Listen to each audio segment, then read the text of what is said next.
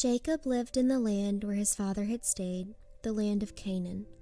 This is the account of Jacob.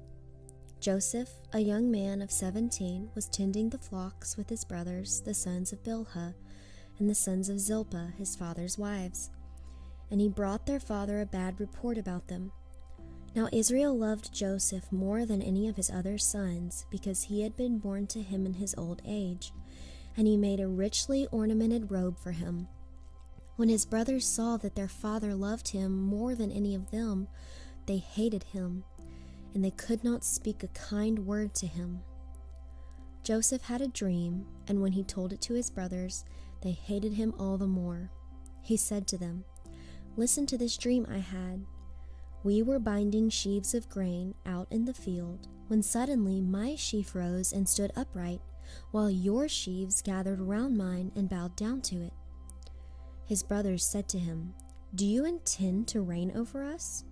Will you actually rule us?" And they hated him all the more because of his dream and what he had said. Then he had another dream, and he told it to his brothers. "Listen," he said, "I had another dream, and this time the sun and moon and 11 stars were bowing down to me." When he told his father as well as his brothers, his father rebuked him and said, "What is this dream you had? Will your mother and I and your brothers actually come and bow down to the ground before you?" His brothers were jealous of him, but his father kept the matter in mind. Now his brothers had gone to graze their father's flocks near Shechem, and Israel said to Joseph, "As you know, your brothers are grazing the flocks near Shechem. Come, I am going to send you to them." "Very well," he replied. So he said to him, "Go and see if all is well with your brothers and with the flocks, and bring word back to me." Then he sent him off from the valley of Hebron. When Joseph arrived at Shechem, a man found him wandering around in the fields and asked him, "What are you looking for?" He replied, "I'm looking for my brothers. Can you tell me where they're grazing their flocks?" "They have moved on from here," the man answered. "I heard them say, 'Let's go to Dothan.'" So Joseph went after his brothers, and he found them near Dothan. But they saw him in the distance, and before he reached them, they plotted to kill him. "Here comes that dreamer," they said to each other. "Come now, let's kill him and throw him into one of these cisterns and say that a ferocious animal devoured him. Then we'll see what comes of his dreams." When Reuben heard this, he tried to rescue him from their hands. "Let's not take his life," he said. "Don't shed any blood. Throw him into this cistern here in the desert, but don't lay a hand on him." Reuben said this to rescue him from them and take him back to his father. So when Joseph came to his brothers, they stripped him of his robe, the richly ornamented robe he was wearing, and they took him and threw him in the cistern. Now the cistern was empty, there was no water in it. As they sat down to eat their meal, they looked up and saw a caravan of Ishmaelites coming from Gilead. Their camels were loaded with spices, balm, and myrrh, and they were on their way to take them down to Egypt. Judah said to his brothers, "What will we gain if we kill our brother and cover up his blood? Come, let's sell him to the Ishmaelites and not lay our hands on him. After all, he is our brother, our own flesh and blood." His brothers agreed. So when the Midianite merchants came by, his brothers pulled Joseph out of the cistern and sold him for 20 shekels of silver to the Ishmaelites, who took him to Egypt. When Reuben returned to the cistern and saw that Joseph was not there, he tore his clothes. He went back to his brothers and said, "The boy isn't there. Where can I turn now?"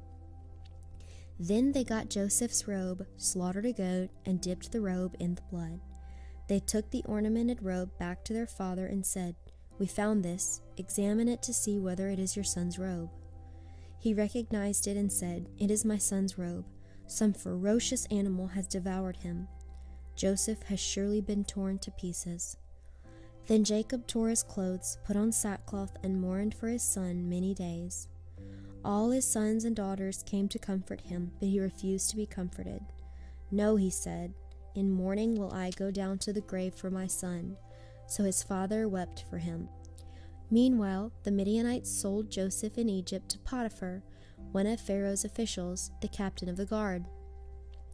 At that time, Judah left his brothers and went down to stay with a man at Adullam named Hira. There Judah met the daughter of a Canaanite man named Shua. He married her and lay with her. She became pregnant and gave birth to a son who was named She conceived again and gave birth to a son and named him Onan. She gave birth still to another son and named him Shelah. It was at Kezib that she gave birth to him. Judah got a wife for his firstborn, and her name was Tamar. But Judah's firstborn, was wicked in the Lord's sight, so the Lord put him to death. Then Judah said to Onan, "Lie with your brother's wife and fulfill your duty to her as a brother-in-law to produce offspring for your brother." But Onan knew that the offspring would not be his, so whenever he lay with his brother's wife, he spilled his semen on the ground to keep from producing offspring for his brother. What he did was wicked in the Lord's sight, so he put him to death also. Judah then said to his daughter-in-law Tamar, "Live as a widow in your father's house until my son Shelah grows up," for he thought, "He may die too, just like his brothers." So Tamar went to live in her father's house. After a long time, Judah's wife, the daughter of Shua, died. When Judah had recovered from his grief, he went up to Timnah, to the men who were shearing his sheep, and his friend Hira the Adullamite went with him. When Tamar was told, "Your father-in-law is on his way to Timnah to shear his sheep," she took off her widow's clothes, covered herself with a veil to disguise herself, and then sat down at the entrance to Enaim, which is on the road to Timnah, for she saw that though Shelah had grown up, she had not been given to him as his wife. When Judah saw her, he thought she was a prostitute, for she had covered her face. Not realizing that she was his daughter-in-law, he went over to her by the roadside and said, "Come now, let me sleep with you." "And what will you give me to sleep with you?" she asked. "I'll send you a young goat from my flock," he said. "Will you give me something as a pledge until you send it?" she asked. He said, "What pledge should I give you?" "Your seal and its cord and the staff in your hand," she answered. So he gave them to her and slept with her, and she became pregnant by him. After she left, she took off her veil and put on her widow's clothes again. Meanwhile, Judah sent the young goat by his friend the Adullamite in order to get his pledge back from the woman, but he did not find her. He asked the men who lived there, "Where is the shrine prostitute who was beside the road at Enaim?" "There hasn't been any shrine prostitute here," they said. So he went back to Judah and said, "I didn't find her. Besides, the men who lived there said there hasn't been any shrine prostitute here." Then Judah said, "Let her keep what she has, or we will become a laughingstock. After all, I did send her this young goat, but you didn't find her." About 3 months later, Judah was told, "Your daughter-in-law Tamar is guilty of prostitution, and as a result she is now pregnant." Judah said, "Bring her out and have her burned to death." As she was being brought out, she sent a message to her father-in-law. "I am pregnant by the man who owns these," she said. And she added, "See if you recognize whose seal and cord and staff these are." Judah recognized them and said, "She is more righteous than I, since I wouldn't give her to my son Shelah." And he did not sleep with her again. When the time came for her to give birth, there were twin boys in her womb. As she was giving birth, one of them put out his hand, so the